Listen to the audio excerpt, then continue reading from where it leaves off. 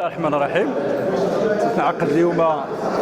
الدورة العادية لشهر ماي للجامعة الترابية الداخلة، فيها مجموعة من النقاط اللي تتناشى اللي فيها ما يهم قطاع المستصرفات الصحية، وفيها الباعة المتجولين، وفيها واحد تحويل اعتمادي إلى غير ذلك. وما أثار طبعا ما ثارني في الجو الأعمال هو نقطة ديال قطاع الصحة، حيث تدخلت في قطاع الصحة واعتبرت أن هذا القطاع ديال الصحة هو تآمر والسكوت ديال الجميع ديال الساكنة هو تآمر وسكوتهم، لأن القطاع الصحة هو العمود الفقري، هو كل شيء بالنسبة لهذه الجهة، باعتبار أن هذه الجهة بعيدة كل البعد على واحد العدد ديال المناطق، المراكز الشفائية وغيرها، وأقرب نقطة هي العيون، وبالتالي ربما العيون يقدر يكون المستشفى ديالو بحال ديال الدخل.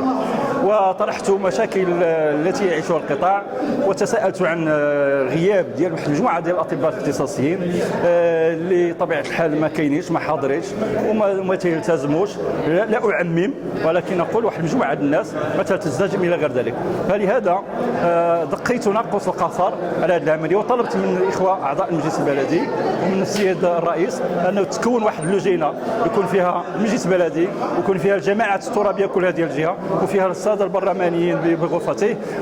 دار واحد اللقاء مستعجل وعاجل مع السيد وزير الصحة لمناقشة هذا الملف بطبيعة الحال، لأنه أنا تنقل والحمد لله للساكنة الآن، يعني تنقل لها تحية كبار وإجلال اللي ساكتة على هذا الوضع ومسيراه ومساهمة فيه بطبيعة الحال، وسكوتها يعني بحال الله أنه رضت بالواقع، ولكن هذا واقع ما يمكنش يرتفع عليه تجميع، خاصة أن الدستور بحال تنعتبر أن الدستور لا يفرق بين شمال ولا جنوب وغير، ما يمكنش نقولوا. وقلت للمديرة اللي جاوبتني بجواب ربما تدخلي استفزها أن تنقولوا بالمغاربة بحال ماشي مغرب واحد ورقم جوج ورقم ثلاثة، بأن كنا مغاربة وكنا سواسية. المفروض أن هذا القطاع اللي طبيعة الحال يعترف فيه السيد الوزير أمام البرلمان بغرفته أنه عاجز، أنه مازال هناك مشاكل كثيرة، وأنه تلقى واحد الصعوبة كبيرة مع الأطباء اللي ما بغيش يلتحقوا بواحد العدد ديال الجهات والعدد الأقل من غير ذلك. فلذلك هذه الجهة انطلاقا من غيرتنا وانطلاقا كذلك ما يخولنا لنا الدستور بطبيعة الحال طرحتها هذه النقطة، طرحتها طبعا